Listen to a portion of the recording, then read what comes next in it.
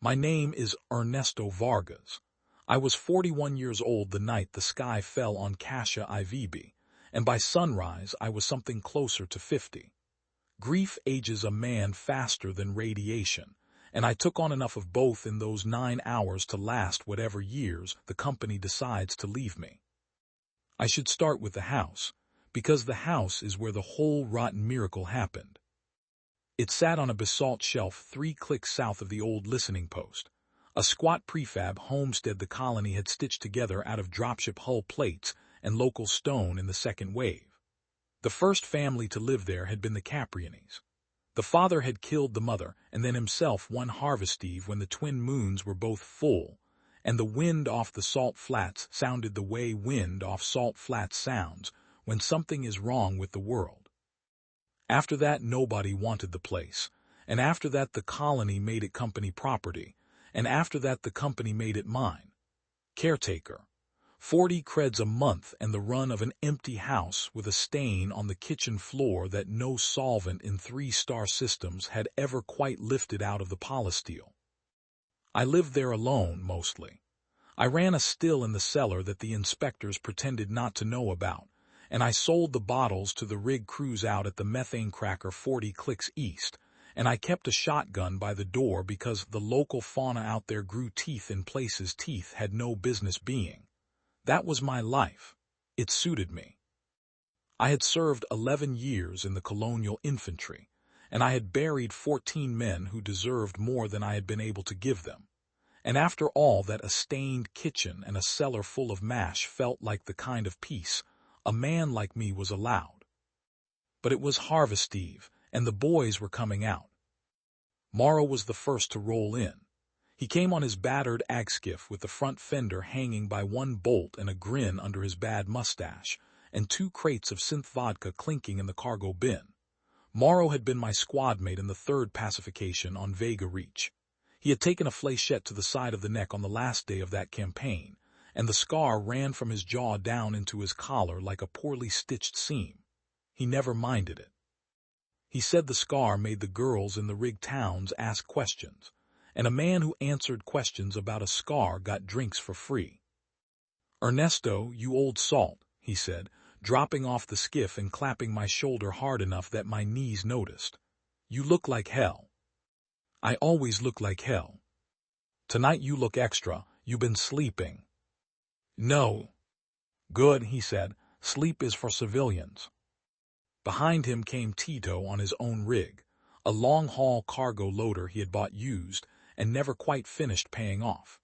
Tito was the youngest of us, 26 and still narrow in the shoulders, an engineer the company had trained up and then forgotten, the way the company trained up and forgot all its colonial sons.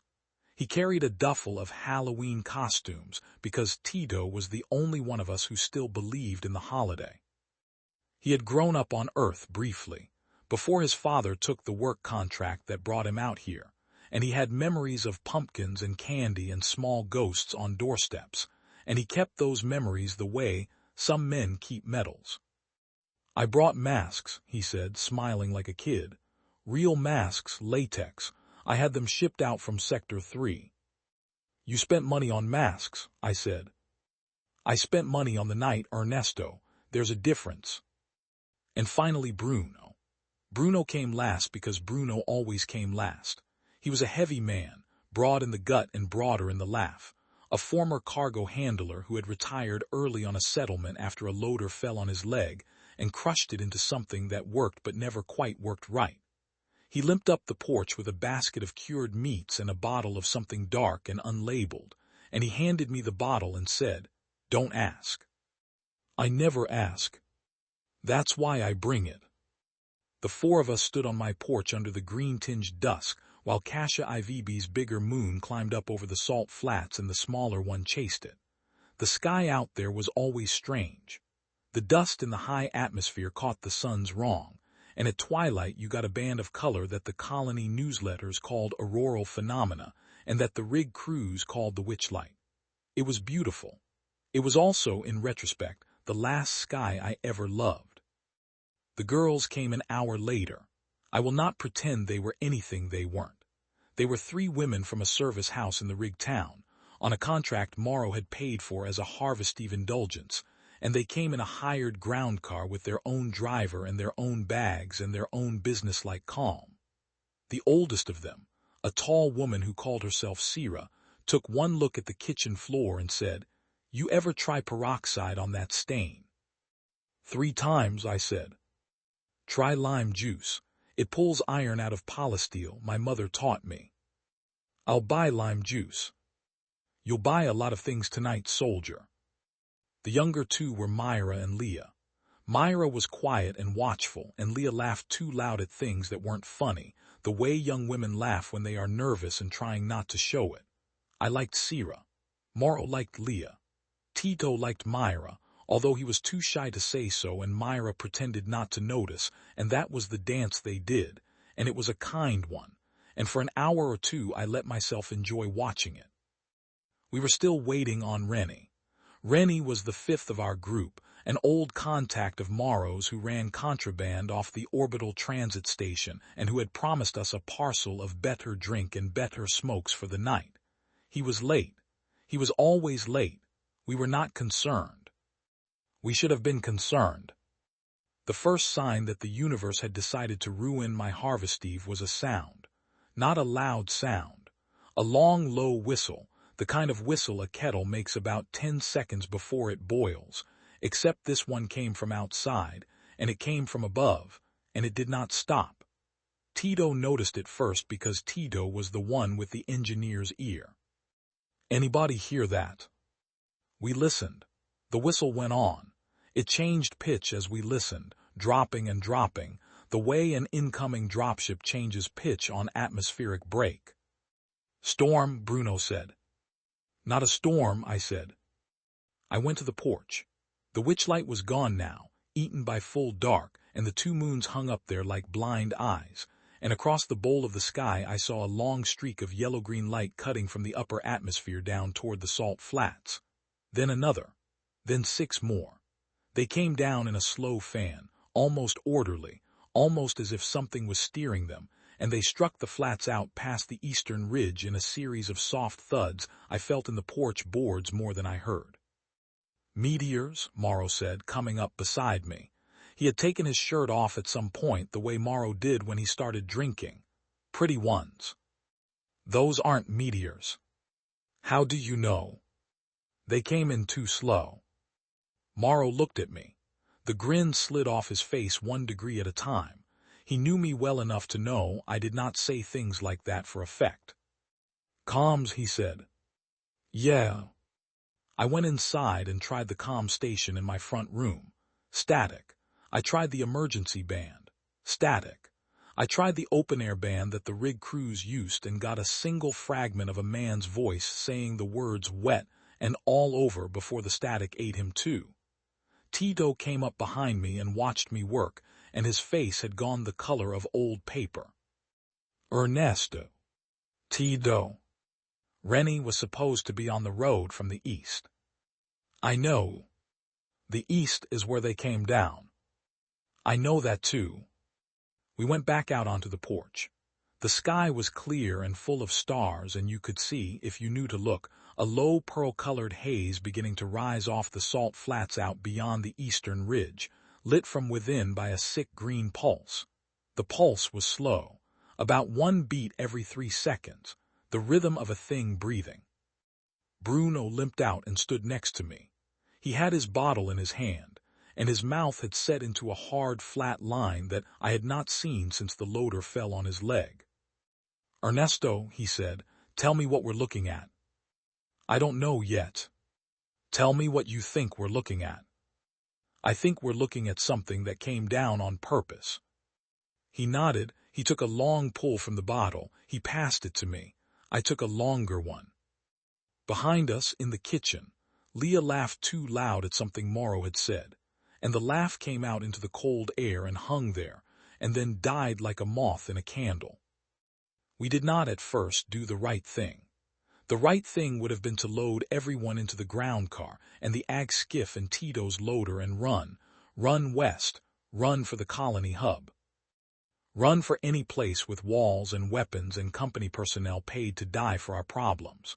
We did not do that. We did not do that because none of us, in that first hour, fully believed the thing we were looking at. We are a stubborn species, and stubbornness includes the stubborn refusal to update one's beliefs in the face of a sick green pulse on the horizon. I had spent 11 years in the infantry, and even I sat on that porch and watched the haze rise and told myself, quietly, that probably it was a fuel spill. Probably it was a cracker rupture. Probably it was something stupid and ordinary and explicable, because the alternative was something I did not yet have the courage to name. We went back inside. We poured more drinks. Sierra sat on the counter and watched me with eyes that knew. She had grown up out here. She had seen more of Cassia IV-b than the rest of us put together. "Soldier," she said quietly, when the others weren't listening. "Sierra, you have a basement. I have a cellar. How thick are the walls?" "Polysteel and slag concrete, 40 centimeters. Door. Iron blast hatch, old listening post surplus, bought it cheap." She nodded once. "Good," she said, "keep that in mind." I kept it in mind. The first contact happened about 40 minutes later, and it came through a window. We were in the front room.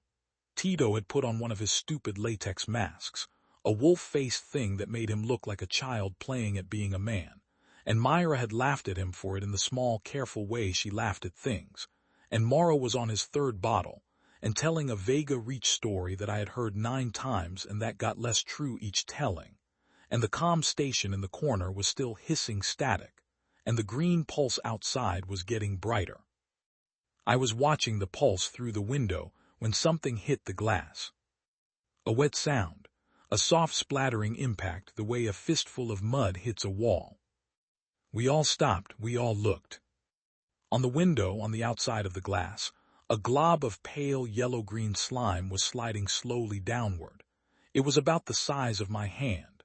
It was leaving a trail behind it like a snail trail but thicker, and the trail was steaming gently in the cold air, and the slime itself was moving in a way slime does not move.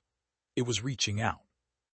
It was extending small, thin tendrils of itself across the glass, searching, and where the tendrils touched the glass darkened, and where the glass darkened it began very slowly to soften. "Ernesto," Tito whispered. "I see it. It's eating the window." "I see it, Tito." The slime found the seal around the window frame. The seal was old polymer caulk, 20 colony seasons old, and it gave under the slime without a fight. The slime poured itself through the seal as if the seal had simply ceased to be relevant, and it dropped onto the inside sill in a wet plop, and on the inside sill it began to grow. I will try to describe what it grew into, because the failure to describe it has bothered me for years. It started as a hand, or the suggestion of a hand, 5 small ropey projections pushing up out of the central mass, articulating themselves into rough finger shapes. The fingers were too long by maybe a knuckle each. They had no nails. They had small clusters of black points along the inside surfaces, the way the underside of a starfish has rows of tube feet. The hand grew up out of the slime on a thin stalk of slime, and at the top of the stalk, a face began to form, except the face was wrong because the face was made out of the wood of my windowsill. The slime had eaten the wood and incorporated it into itself, and now there was a small wood-grained face on the end of a slime stalk on the end of a finger thing on my windowsill, and the wood-grained face had 2 black wet pits where eyes should have been, and a slit where a mouth should have been, and the slit opened. It opened sideways. I shot it. I shot it with the riot shotgun I keep mounted under the front room shelf, and the load was beanbag because that was what was loaded for fauna deterrence. And the beanbag took the wood-grained face off the stalk and the hand and the slime, and the whole assembly went out through the broken window in a smear, and the smear hit the porch and slid off into the dirt and went still. Nobody spoke for about 4 seconds. Then Leah screamed. It was a real scream, not a laugh scream, a long, thin tearing sound that started in her throat and went on after her throat had run out of air. Morrow grabbed her and put his hand over her mouth and held her until she stopped. "Cellar," Sierra said calmly. "Now all of us." "Cellar," I agreed. We did not all make the cellar. Bruno went first because Bruno's leg was bad and Bruno needed the most time on the stairs. Sierra and Myra went after him. Leah would not stop shaking and Morrow had to half carry her, and that took time, and during that time the second wave hit. The second wave came through the chimney. I want you to understand what that means. The chimney was a poured stone flue that ran from a hearth in the front room up through the second-floor crawlspace and out through a clay cap on the roof. The cap had a metal grate on it to keep birds out. The grate was fine mesh, the kind of fine mesh that a determined cat could not have squeezed through. The slime came down that chimney anyway, because the slime did not have a shape it was committed to, and a thing without a fixed shape is not stopped by a grate.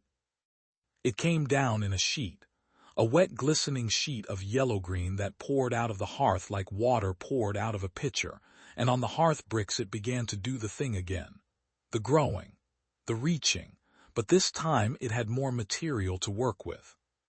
It found the hearth poker, and it grew a body around the hearth poker, and the body that grew was tall and thin and approximately humanoid, except that one of its arms was an iron poker now, and the iron poker arm was already coming up off the floor and turning toward Tito, because Tito had not yet made the cellar stairs.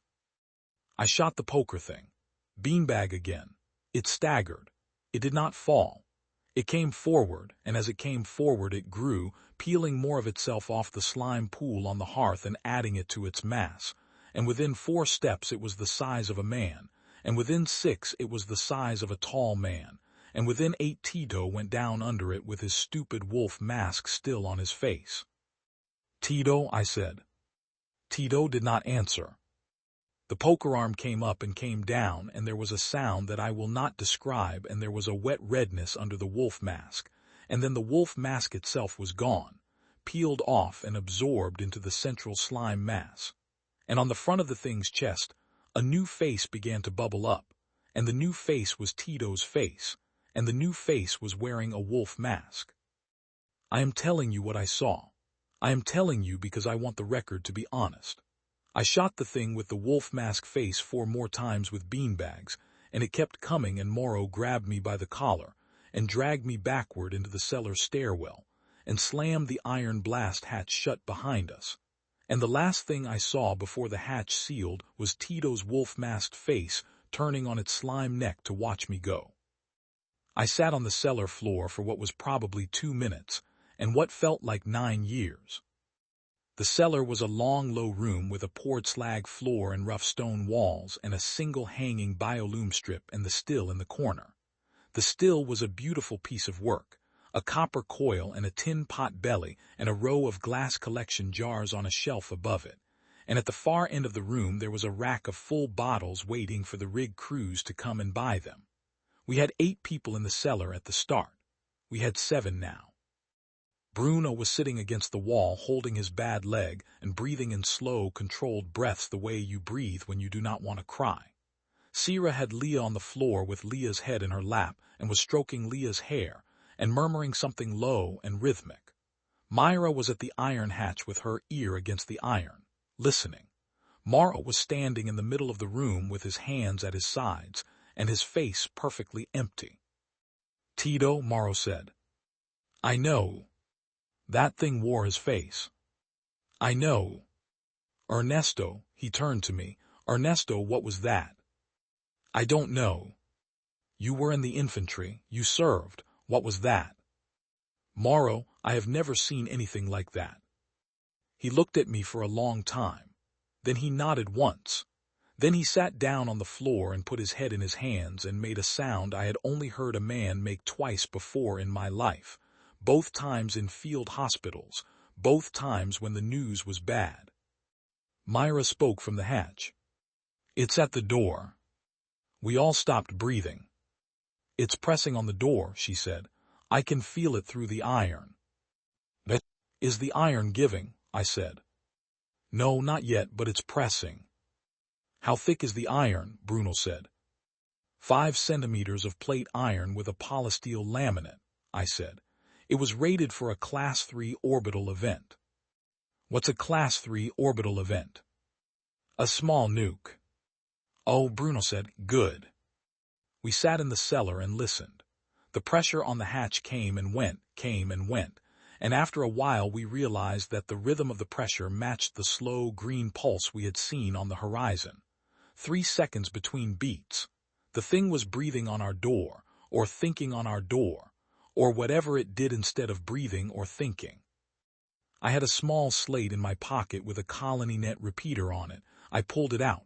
The repeater was dead. Of course it was. Morrow. Yeah. Rennie was carrying a long-band emergency beacon, the kind we used in the infantry. Morrow lifted his head. Was he? He was. He showed me last time he came out. He bought it off a quartermaster on the station for a case of my better stuff. So if we get to Rennie, we get to a beacon. We get to a beacon, we get the colony hub. We get the hub, we get the orbitals. We get the orbitals, this rock gets glassed, and we get to die clean. Morrow almost smiled. It was the smile of a man with no joy left. Where is Rennie? He was coming from the east. The east is where they came down. Yes. So Rennie is dead. Probably. So the beacon is in a dead man's pocket, somewhere out on the salt flats. Probably. And we have to go get it. Probably. Morrow stared at me. Then he laughed. It was a single hard bark of a laugh, the kind of laugh you let out when the universe has finally finished telling its joke and you can see the whole shape of the punchline. Ernesto. Yeah. This is a hell of a harvest eve. It is. Sierra spoke up from the floor. Leah had gone still in her lap, exhausted past fear and into a thin, fluttering sleep. Soldier. Sierra. The slime is doing something. What? It's incorporating things. It built that thing in the front room out of Tito and a poker and a wolf mask. It built the first one out of your windowsill. It grows whatever it touches into itself. Yes. So what doesn't it touch? I looked at her. The cellar biolume hummed. The pressure on the hatch came and went. Glass, Myra said from the hatch. It didn't grow into the window. It softened the seal and came through the frame, but it didn't grow into the glass itself. Iron maybe, Bruno said. It's pressing on the iron, but it isn't dissolving the iron. It dissolved your windowsill. Your windowsill was wood, the iron's holding. Maybe it likes organics, I said.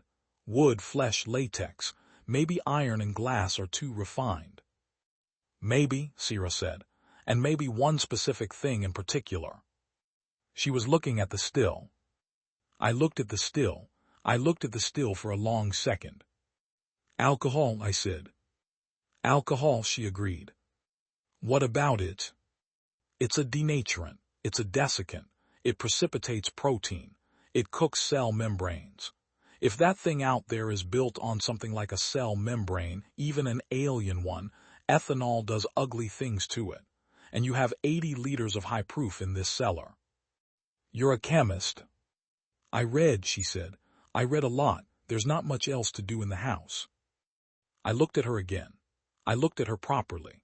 Sierra was not a soldier, and she was not a scientist, and she did not pretend to be. But she had spent the last 15 minutes calm while the rest of us came apart, and she had been the one to think about the cellar, and she had been the one to think about the alcohol. And I realized in that cellar at that moment that if any of us were going to live through Harvest Eve, it would be because Sierra had read a lot in a house she didn't own. All right, I said. All right, we test it. How?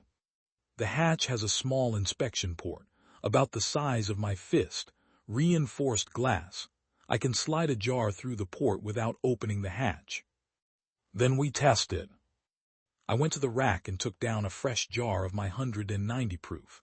The jar was glass with a screw lid. I went to the hatch. The hatch had a small inspection port at eye level, set with a finger-thick disc of armored glass and a sliding iron shutter. I opened the shutter.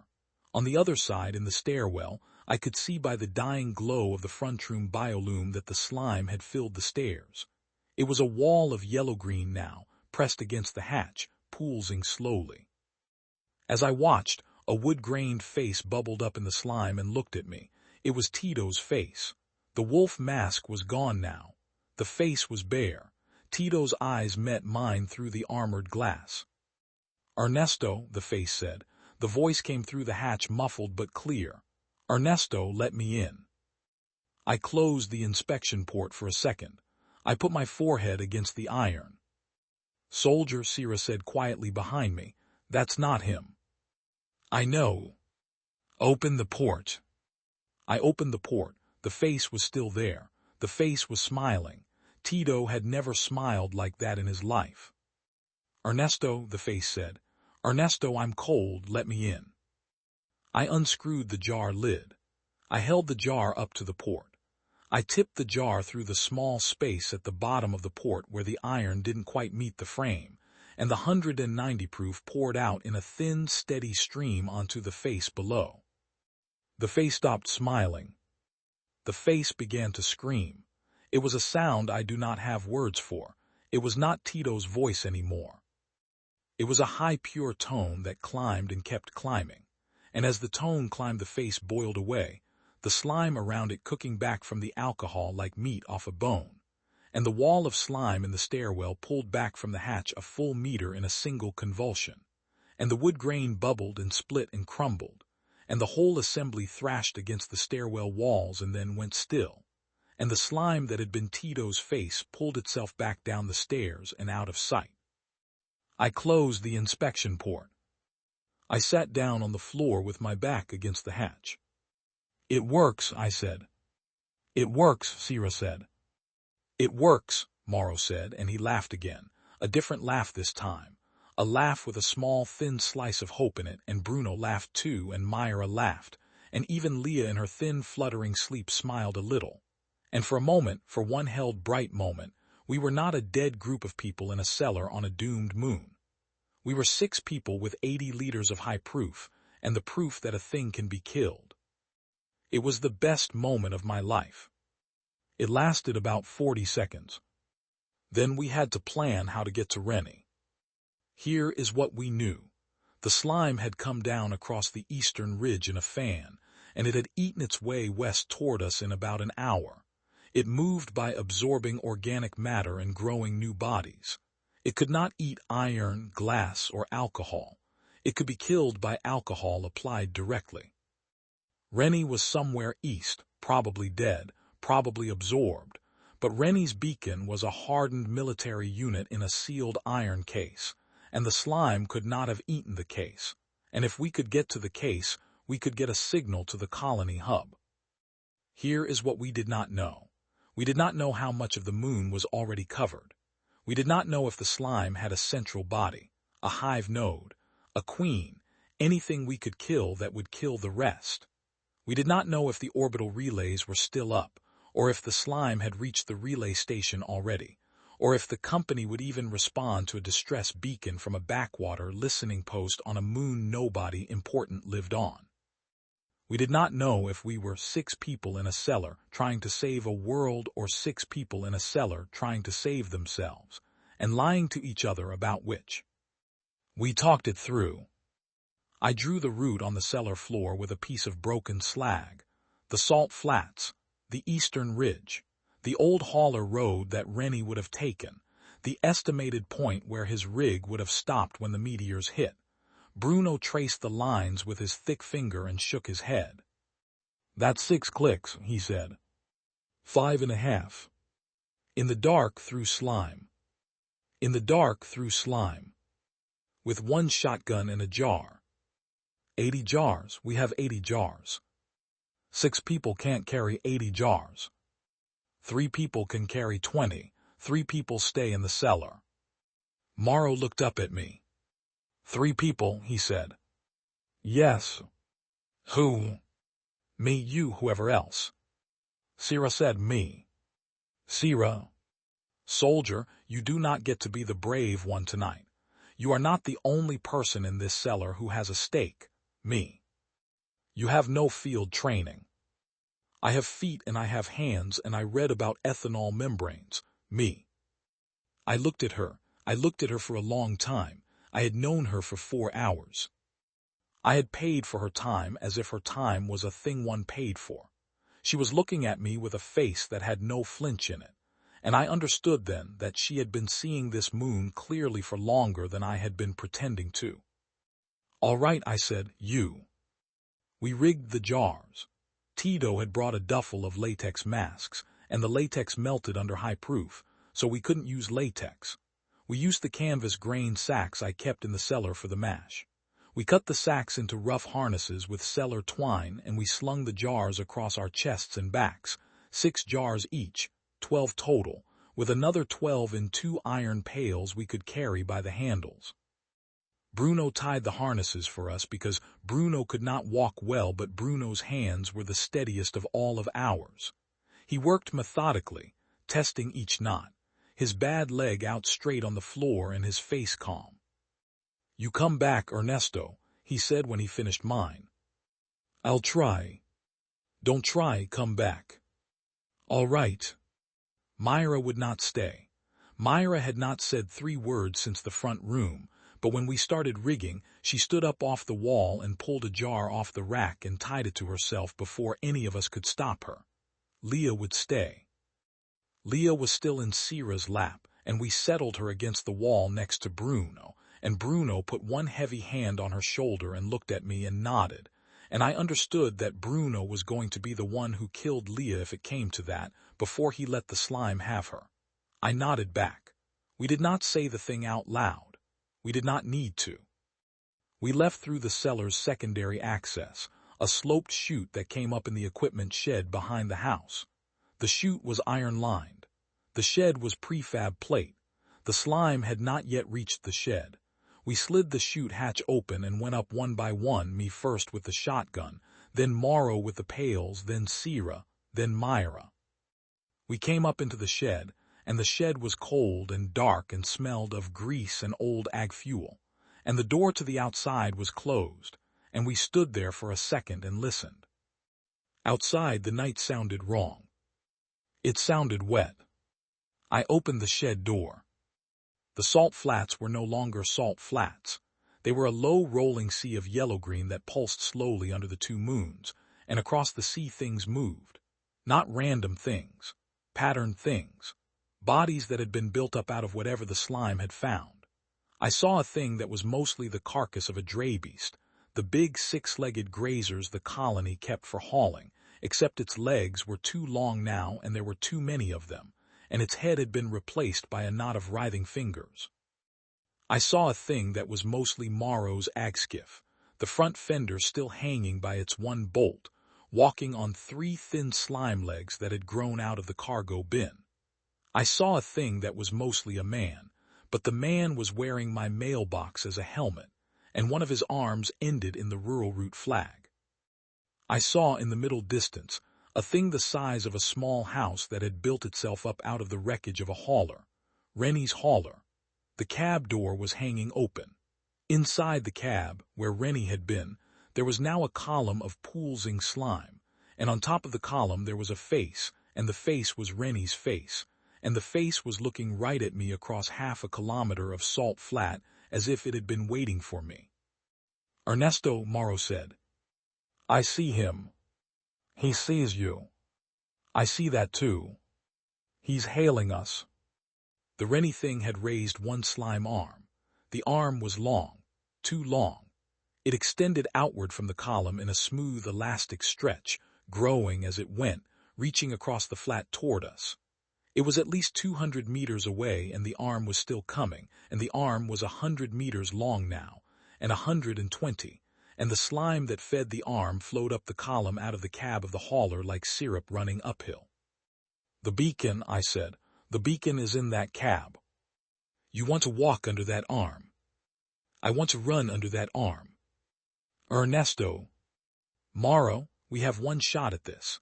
We go now before the rest of them notice us. We go fast and we go low, and we use the jars only when we have to." He looked at me. He looked at the long-reaching arm and the field of patterned bodies and the thing that had been Rennie. Then he grinned. It was the old grin. It was the Vega Reach grin. "After you, old salt." We ran. We ran across the cracked basalt of my yard and out onto the edge of the salt flat, and the slime sea parted in front of us, pulling itself back from our boots in slow, reluctant waves. It did not like us. It did not like our heat, or our motion, or some chemistry of our sweat that I will never understand. The bodies in the field turned toward us as we ran, but the bodies were slow, slower than men, and the slime they were built on flowed sluggishly in the cold. We had perhaps 3 minutes before they reorganized themselves into something faster. The Rennie arm came at us first. It came low across the flat, snaking, the wrist of it widening into a thing that was not a hand but a hungry mouth flower, and it whipped toward Morrow's legs because Morrow was on the inside. Morrow saw it coming and jumped, not high, just high enough, and the arm passed under him and slapped a long stripe of slime across the salt behind us. Morrow hit the ground with his bad shoulder and rolled and came up still running, and I unscrewed a jar with my teeth as I ran and threw it underhand at the arm, and the jar burst on the slime, and the arm screamed in that same high, pure tone I had heard at the hatch, and it retracted, snapping back across the flat toward the hauler in a wet, recoiling whip. The Rennie thing on top of the cab screamed too, or laughed, or whatever it did. The sound carried across the flat. "It can feel," Sierra said behind me, panting. "It can feel its arm." "It can feel the alcohol," I said. "Same thing for us." We ran. Myra was faster than any of us, slight and young, and she pulled ahead and reached the edge of the hauler thing's pool first, and she threw a jar without breaking stride, and the jar burst on the slime at the base of the hauler thing, and the hauler thing convulsed and shrank a meter on its long legs and roared. And the roar was the sound of a cargo loader's hydraulic stack venting under load, because the slime had built the hauler thing's lungs out of the cab's hydraulics, and that was the noise hydraulics made when they cried. I reached the cab door. The cab door was open. The cab interior was full of slime. The slime had grown a kind of nest there, a wet curling structure that pulsed in time with the larger column outside. The seat where Rennie would have been was gone, absorbed, and in its place there was a hammock of slime cradling a single iron case the size of a small lunchbox. The case had a red emergency stripe down one side. It was Rennie's beacon. It was being held in the slime hammock like an egg. I unslung 2 jars, I opened them, I poured them into the cab. The cab interior boiled. The slime there did what slime had done at the hatch. It cooked back from the alcohol with that same high tone, peeling away from the iron walls and the steering yoke and the dashboard. And as it peeled, the column above the cab thrashed, and the Rennie face on top of the column screamed Rennie's voice, which was the worst part, because Rennie's voice had been a high panicked screeching when he was alive, and he had been a man who laughed at his own jokes too loud, and now that voice was screaming, and it sounded exactly like him. I reached into the cab through the cookback slime. I grabbed the iron case. I pulled it out. The slime hammock that had been holding the case lashed at my wrist as I pulled the case clear, and it touched the back of my hand, and where it touched, my skin went numb and pale and began to do something I do not want to describe. I poured the 3rd jar over my own hand. It hurt. It hurt the way an open wound hurts in salt water, which is to say a lot, but the slime came off, and my skin under the slime was raw, but it was still my skin. "Got it," I said. "Run," Sierra said. We ran. The flat was alive now.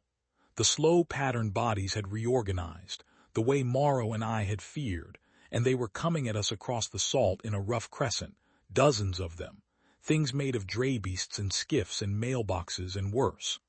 The Rennie thing had collapsed in on itself, the cab a smoking wet ruin, but the rest of the flat was very much not finished with us. Myra threw 2 more jars as we ran and bought us a corridor through the crescent, and we sprinted that corridor with our heads down and our lungs burning.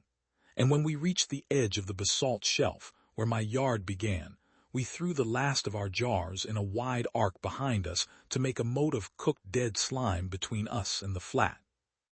And we ran for the equipment shed, and we fell through the shed door, and Morrow slammed it behind us and bolted it. We stood in the dark of the shed and breathed. The beacon was warm in my hand. I could feel its small reactor purring through the iron case. "Cellar," I said. "Cellar," Sierra agreed. We got back into the cellar through the chute. Bruno was at the bottom with the shotgun, and when he saw us, his face did a thing I had not seen Bruno's face do in 20 years. He set the shotgun down and limped forward and put his big arm around me and said nothing. "Beacon," I said. He nodded. He let me go. I opened the case. The beacon was a long-band military unit, hardened, sealed, with a small panel of physical keys. I knew this model. I had used this model. I keyed in the colony hub's emergency frequency, and I keyed in the distress code for Class 3 orbital event, and I pressed the transmit toggle and the unit pulsed once and went green. We waited. The cellar biolume hummed. The pressure on the upstairs hatch came and went, came and went.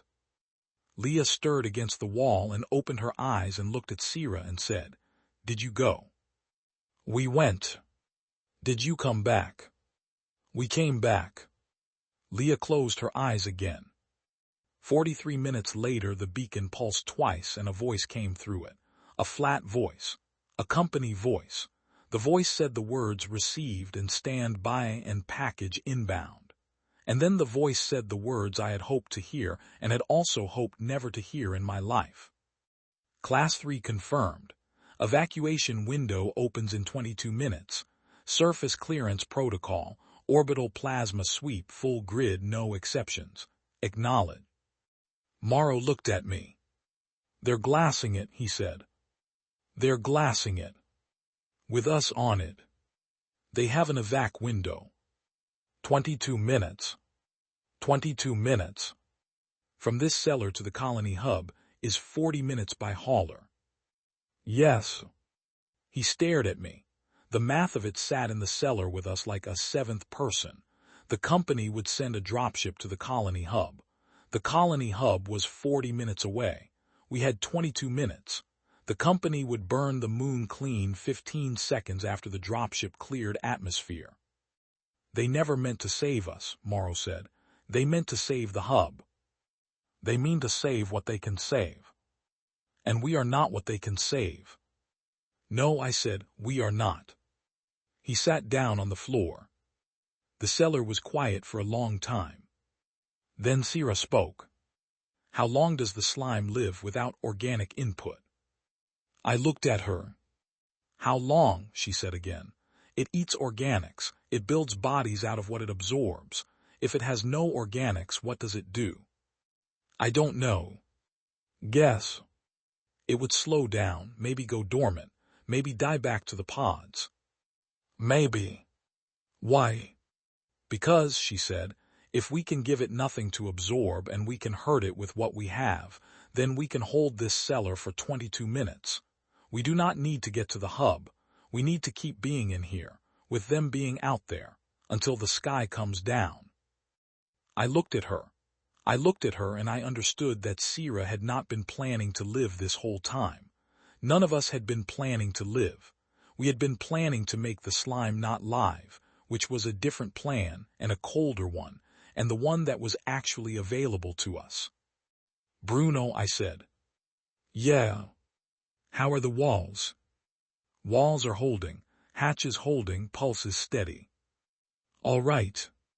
I sat down with the beacon in my lap. The biolume hummed. The pressure on the hatch came and went, came and went. We waited. We waited the way men wait when there is nothing left to do, which is to say we waited with our backs against stone and our eyes open and our breath shallow, and we listened to the slow rhythm of a thing breathing on the iron, and we let the minutes go past us one at a time. Leah woke up properly about 12 minutes in. She looked around the cellar at all of us, and she understood the room without being told, which was a thing I had not given her credit for being able to do. She crawled over to Morrow and put her head on his shoulder, and Morrow put his arm around her, and they sat like that, and Leah did not cry, and Morrow did not cry, and that was their goodbye. Myra sat next to Tito's empty space on the floor. There was no Tito to sit next to. She sat there anyway, with her hands folded in her lap, and her lips moved silently with the rhythm of something I think was a prayer her grandmother had taught her, although she never told me and I never asked. Bruno worked on his bad leg with both hands, the way he always did when he was nervous, kneading the old crushed scar through the fabric of his trousers. He looked over at me and caught me watching him, and he gave me one small, dry smile. 40 years on this rock, he said. 40 years, and the night I die there's a soldier and a chemist and a beacon and a still and a hatch. You could write a song about it. You write it, Bruno. I can't sing. Neither can I. Then we'll let someone else write it. He went back to kneading his leg. Sierra sat next to me. She did not say anything. She put her hand on top of mine on the beacon. Her hand was cool and dry. After a while she leaned her head against my shoulder, the way a tired person leans, not the way a woman on contract leans against a man who paid for her time, and I understood that the contract had ended somewhere between the front room and the salt flat, and that what was on my shoulder now was simply Sierra, a woman who had read a lot and known the answer about ethanol membranes and run with me across a sea of patterned bodies under 2 moons. Soldier, she said. Sierra, if they ever ask about tonight. They won't. If they do. Yes. Tell them about Tito's mask. I thought about it. All right, I said. I'll tell them about Tito's mask. She closed her eyes. The beacon pulsed. The voice came through it again. Sweep in 90 seconds. All units evacuated. Surface clearance commencing. Acknowledge. I keyed the transmit. Acknowledged. Stand by. I set the beacon down on the slag floor. Morrow looked at me across the cellar. He was holding Leah. His scar was very white in the biolume light. Ernesto, he said. Morrow. It was a hell of a harvest, Steve. It was. You're the best of us, you know that. No, I'm not. You are, I just want to say it. All right, Morrow, you said it. He nodded, he closed his eyes. The pressure on the hatch came again. Then again. Then again. Then it stopped all at once, as if the thing on the other side had felt something it had not felt before, and it lifted its weight off the iron and ran. It was the last thing I heard before the sky came down. The plasma sweep at orbital scale does not sound like anything. It is too big to sound like anything. What it does is, it makes the air outside go very bright and very white for 9 seconds, and during those 9 seconds the cellar walls heat from the outside in, and the polysteel laminate on the inside of the hatch begins to glow a sullen orange, and the slag floor under our boots goes warm. The hatch held. The walls held. The 40 centimeters of polysteel and slag concrete, and the iron-lined chute, and the rated for Class 3 blast door held, because some company engineer 50 years ago had built this old listening post bunker correctly, and his good work outlived him and outlived the moon above it. When the brightness stopped, the world above us was glass. We did not know that yet. We knew only that the beacon was still pulsing weakly on the floor, and that the biolume was still humming, and that the 6 of us were still breathing in the cellar. Bruno was the one who finally said it. We're alive. We looked at each other. We're alive, he said again, as if he needed to hear it twice. Don't get up yet, I said. The surface is still hot. We give it 6 hours. 6 hours. 6 hours. We sat. We did not talk much. Leah slept again. Morrow stared at the wall. Myra whispered her grandmother's prayer all the way through to whatever the end of it was, and then she whispered it again. Bruno passed his bottle around, and we each had a small swallow of his dark, unlabeled something, and it tasted like iron and old wood and home. Sierra kept her head on my shoulder. After 6 hours, we opened the hatch. The stairwell was empty. The slime in it had been baked into a brittle gray crust on the stone, and the crust crumbled under our boots and turned to powder, and the powder did not move, and the powder did not pulse, and the powder did not grow. We went up. The front room was a melted ruin. The chimney had collapsed. The roof was gone. The 2x4s of the upper floor had burned down to glass-edged stumps. The thing that had been Tito was a long smear of black carbon on the floor, and on top of the smear the iron poker lay clean and bare, and somebody, I think it was Bruno, but I am not sure, picked up the poker and set it gently against the wall with a kind of grave care that nobody questioned. We went out onto the porch. Salt flats were gone. In their place from horizon to horizon was a smooth black plane of fused glass, still hot, still ticking and pinging as it cooled. The eastern ridge was a low blackened line. The 2 moons were still up there, indifferent. The sky was clear. Far away, very far away, a single column of smoke rose from where the colony hub had been, and we knew the hub had been evacuated and the smoke was the smoke of an empty city burning, which is its own kind of grief but a survivable one.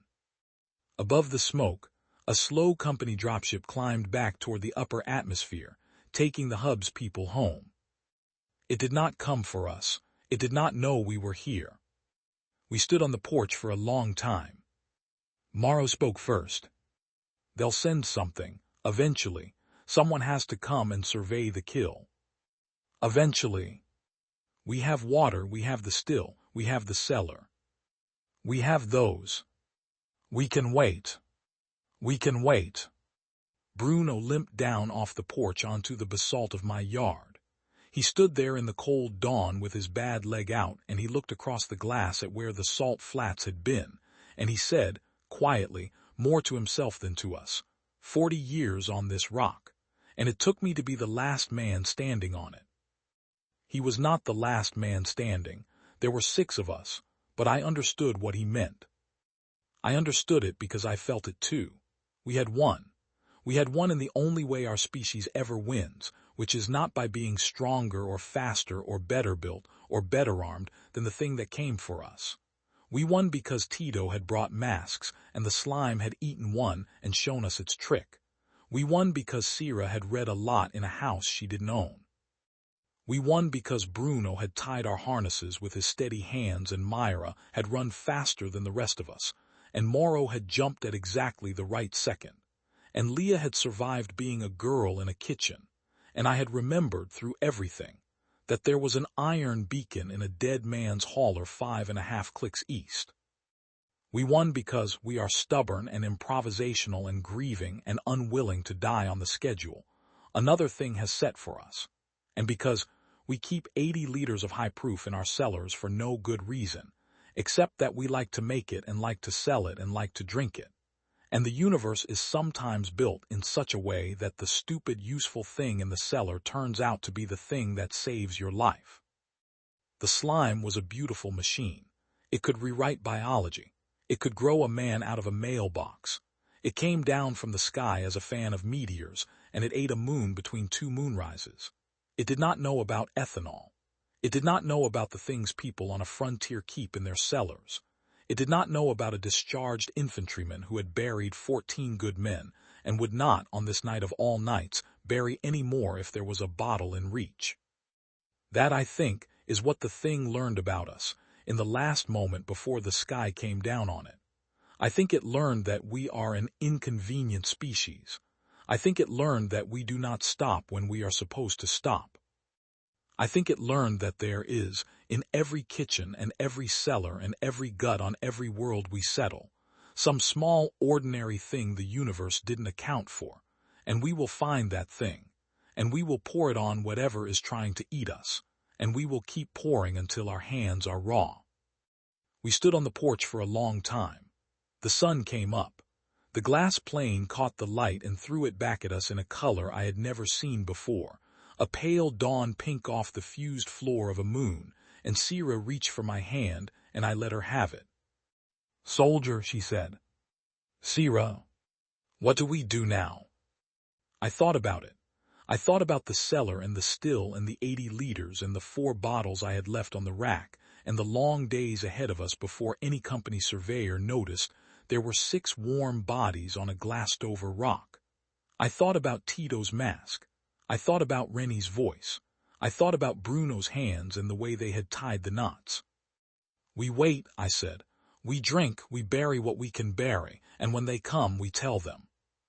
Tell them what? That it came down on us, and we held.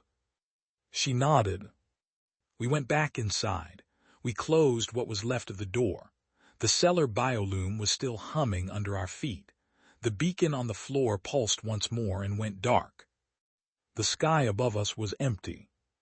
We held.